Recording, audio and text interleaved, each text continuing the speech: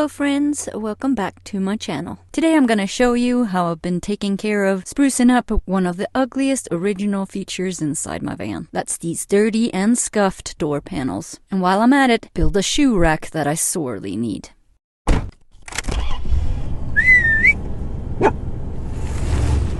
First things first, and that is taking these upholstered door panels off to see what we're working with. The door panels are being held in place with Phillips screws that are hidden under upholstered buttons. They're easy to pop off with a flathead screwdriver.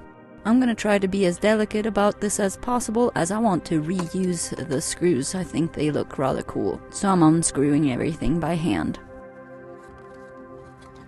There we are, the first exposed door. Van and car doors are usually mostly hollow, with some wiring and stuff running through them. So it's common to find these access panels on the doors. Time to unscrew one and see what we've got going underneath here. As I've slowly been remodeling this Dodge Ram 1500 Regency model conversion van, I've actually found some insulation in the cavities here and there, which I don't think is very common on vans as stock. But these cavities in the doors can also be utilized for storage. As anyone who lives in a van knows, finding new nooks and crannies for storage is worth its weight in gold. I've picked up some 1/4-inch plywood that I'll be using for my new door panels. To make it as simple as possible, I'm just tracing out the old panels, following along the edge as best as I can with a pencil, and using the straight edge of the panel as a ruler wherever I want to change things slightly. Then it's time to cut these panels out. I'm plugging the jigsaw into the inverter inside of my van that's powered by solar. I have a blade on this jigsaw that's suitable for laminate material, which cuts plywood nicely. Where the inside handle is, there was fabric on the original door panel. I'm planning on attaching a piece of leather right there, so I need to cut a square hole in the plywood. So I've marked it out. When cutting out a smaller square, it's good to have a plan how you're going to cut it. Cutting diagonally towards the corners and then on the sides will make easy work of it.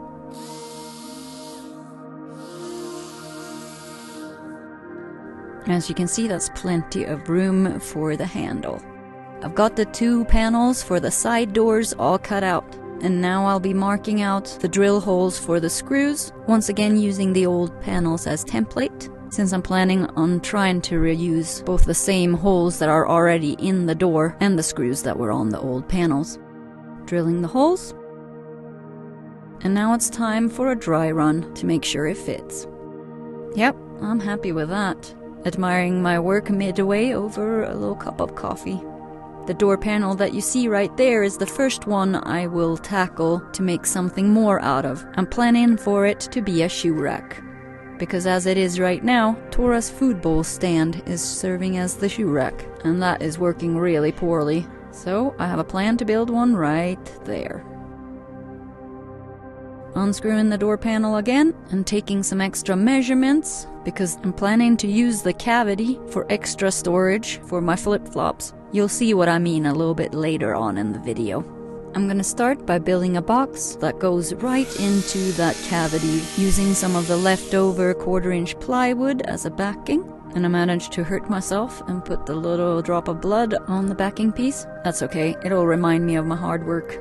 Using 1x4 for the side walls of the box. I never use clamps when I build anything. I probably should. Things would be a lot straighter if I did. I just hold things in place, drill it and screw it. And most often I screw things in with a manual screwdriver, since I'm too lazy to switch drill bits back and forth on my drill. Screwing on the back panel on the little box. This doesn't have to be very perfect because the box won't be very visible being shoved into the cavity of the door. However, the inside of the box I would like to look a little bit nicer, so I've decided to caulk the seams with some wood filler. As per usual, just using my fingers as tools for this job. This plastic wood is what I found to use for this, in case anybody's interested. Once it dried, it was time to sand off all the excess filler, and that became much more of a job than I had anticipated. I sanded. And then I sanded some more. Starting to look pretty nice though in the corners. but there was still some more sanding to be done. Oh, hey Mom, what are you doing? Oh, hell no. Alright, enough of that. We need to change up the insulation in this door in order to fit the box. Work gloves on, because this fiberglass stuff is pretty nasty. I picked up some of this Reflectix stuff that is often used as a thin layer of insulation when converting a van. Super easy to work with, just cut to size with a regular pair of scissors.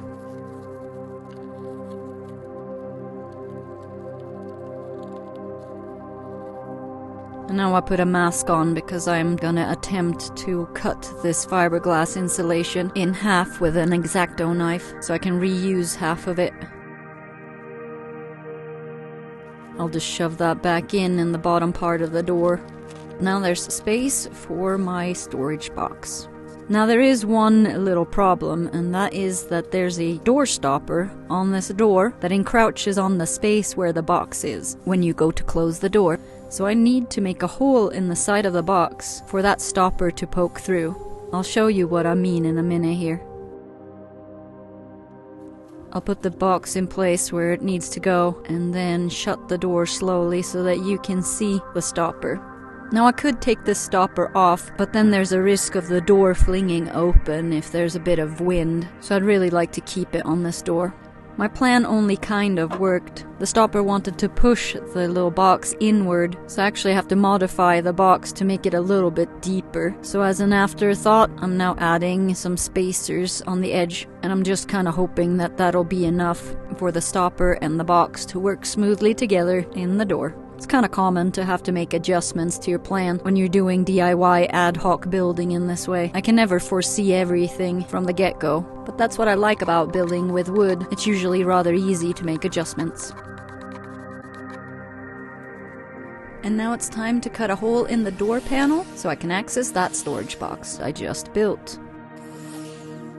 I've got a skinny little blade for the jigsaw here, which works well when you need to cut something out in the middle of a piece of wood like this. Again, cutting some diagonals and along the edges. Then I switch back to the blade that's made for laminate so that I can clean up the edges. Once the hole's cut out, it's time for some sanding again, using my electrical palm sander to start, and then hand sanding to finish up the details. I'm also using a small round file to fix up and smoothen out a couple of curves. Sanding sponges are always great when sanding curves, as they adjust to the shape of the wood. Flat sanding the surface a bit to prepare it for polyurethane that we'll be applying shortly. First I'm going to show you what the panel looks like in front of the box. So this is how it's going to work when the panel is placed on the door. Can you picture it now? Okay, so that's the panel and the little storage box, but my shoe rack is not finished yet. I'm going to build the shoe rack part from a bunch of pieces of scrap wood that I have laying around in the van. That got to choose what the design was going to be. I have a little tip for all you penny pinchers out there. It's sometimes possible to score free pieces of wood in shorter lengths at lumber yards. Most lumber yards have a little scrap box, and if you reach for the smaller pieces, sometimes you'll get lucky and they'll just give them to you. So that's what I'm building these shoe racks out of.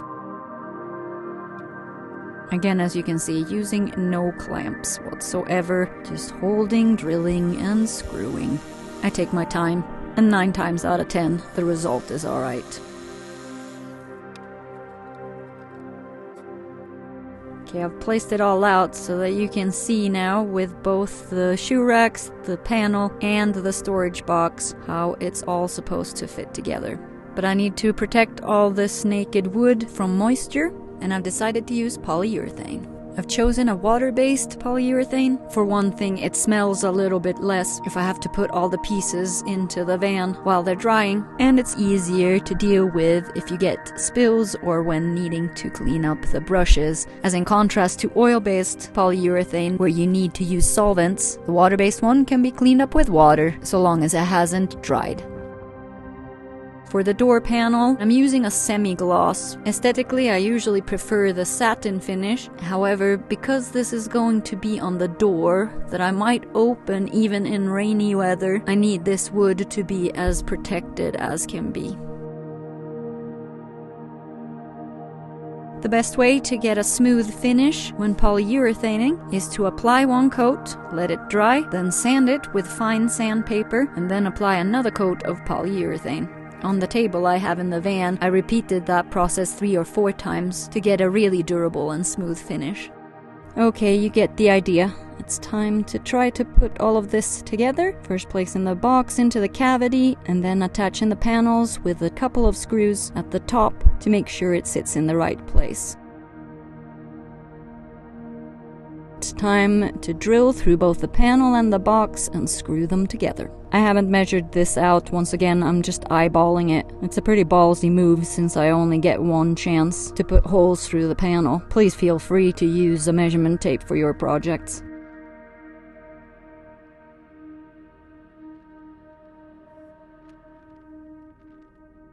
Once I put the screws in, it was time to double check that the door closes properly and the stopper has room to move. When it works the way you planned it, it is cause for a quick celebration dance. Then it's time to plan out where the shoe racks are gonna go. I'm putting a couple of pencil marks on the door panel before once again taking it all off the door. You're doing a good job too, Tora. Yeah, I know. Somebody has to keep an eye out for danger. I want to mount the shoe racks from the back, as per usual, just holding it in place, drilling and screwing. 4 screws per shoe rack ought to do the trick.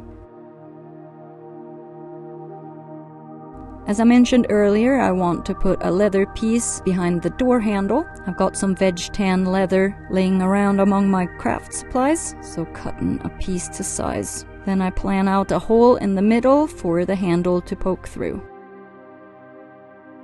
And check it with a dry run. That's gonna look good. The leather needs a little bit of preparation and protection. I'm wetting and burnishing the edges of the hole, adding a bit of beeswax, and burnishing again.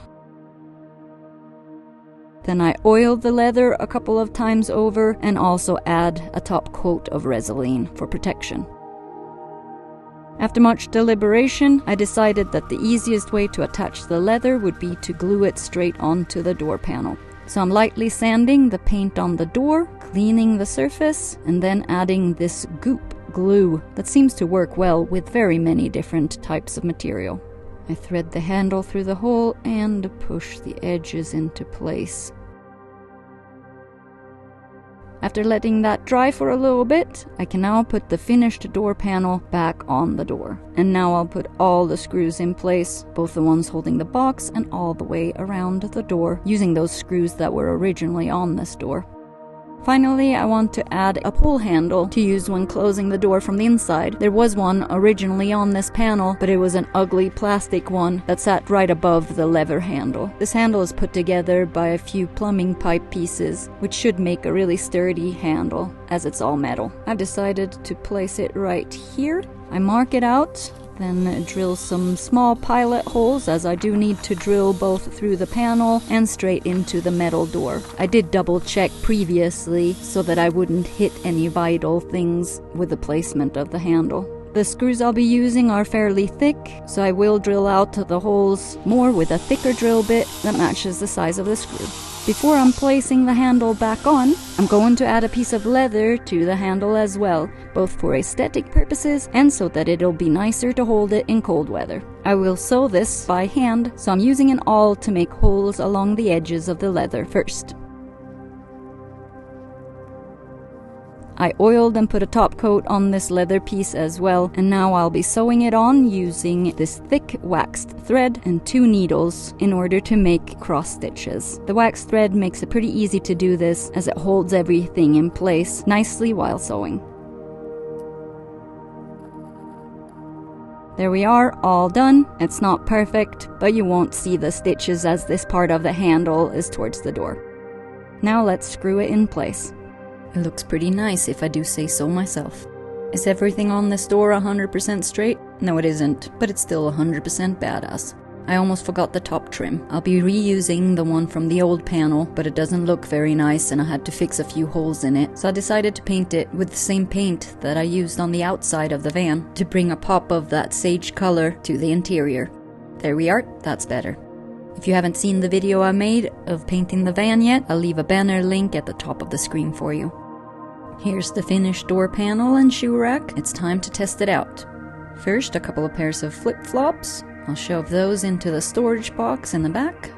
And then my shoes. If I've calculated everything right, each rack should hold 2 pairs of shoes snugly so that they don't rattle around when I'm driving.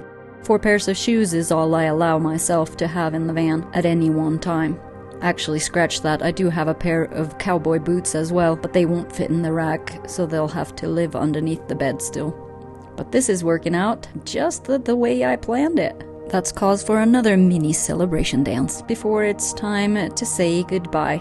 As per usual, me and Tora have loved to have your attention for a little bit. Hope you have enjoyed the build process and that it might inspire you to come up with your own designs and have a go at building them.